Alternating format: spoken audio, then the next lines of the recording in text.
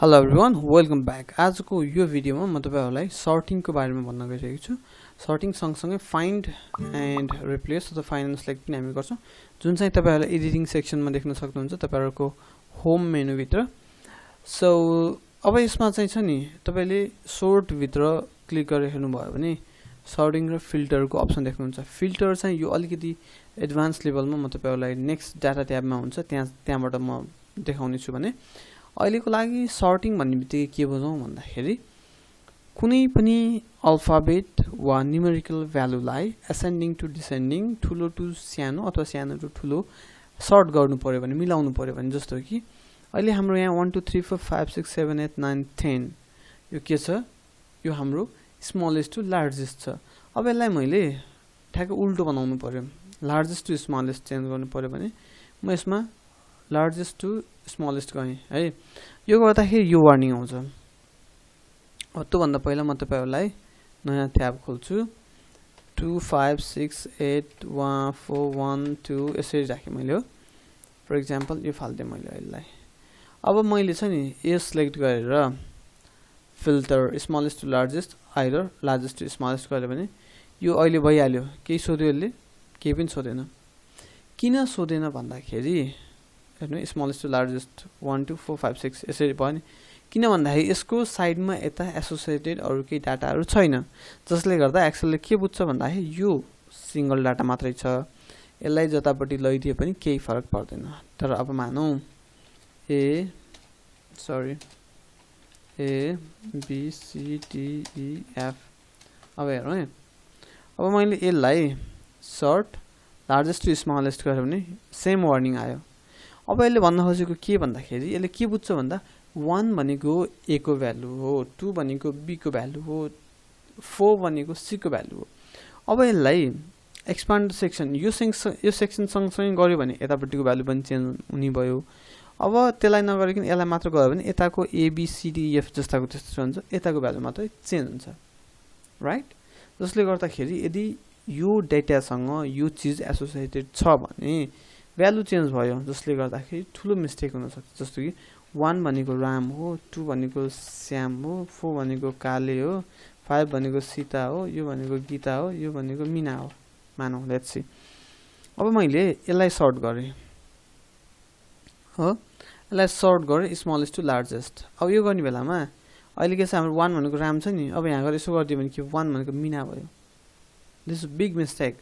सानो डाटामा त यो प्रब्लम हुन्छ भने ठुल्ठुलो डेटा सेटहरुमा चाहिँ it will be a major problem. जसले गर्दाखेरि तपाईले विचार गर्नुपर्ने कुरा यदि यसलाई स्मलेस्ट टु लार्जेस्ट अथवा लार्जेस्ट टु स्मलेस्ट गर्दै हुनुहुन्छ भने योसँग अरु यताको डेटाहरु रिलेटेड छ भने एक्सपान्ड द सेक्सन यो सँगसँगै यतापट्टिको नाम पनि चेन्ज होस् हैन।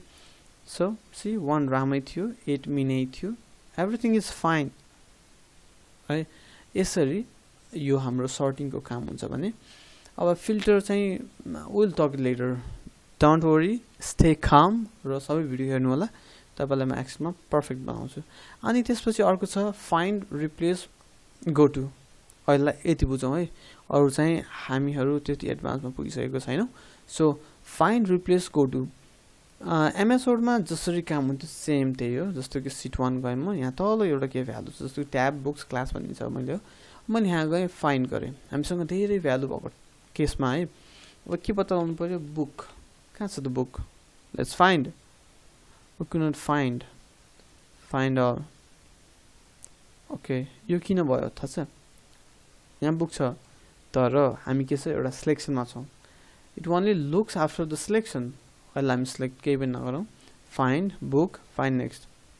सी यो सिनेरियो आउन सक्छ। त्यो भएको हुनाले तपाईको सिलेक्सन भित्र सर्च गर्ने कि सिलेक्सन बाहिर सर्च गर्ने, it depends on you.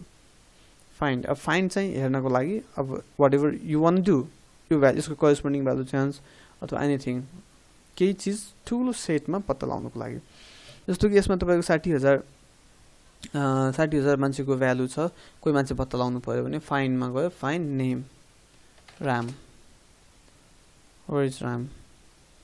Ram यसमा छैन, यसमा राम भएको, सरी। यसमा के चीज पत्ता लगाउनु पर्यो भने यहाँ गयो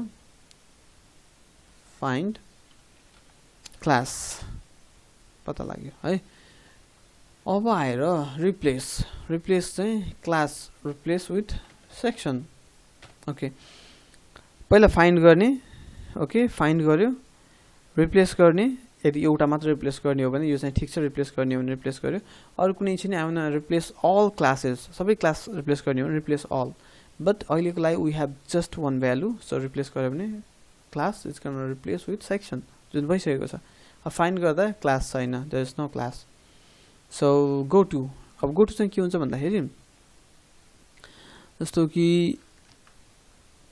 यो go to reference 5 reference isn't invalid go to जस्तो कि A5 okay A5 अब यो go to चाहिँ कहाँ जाने reference जस्तो कि Z11 so we are here so that's it for this video I hope तपाईहरुले धेरै कुरा सिक्नु भयो होला होम बाट हैन जति होम डिटेलमा गरिन्छ नि त्यति अरु चाहिँ डिटेलमा हुँदैन so just play around and stay with my video see you in next video bye bye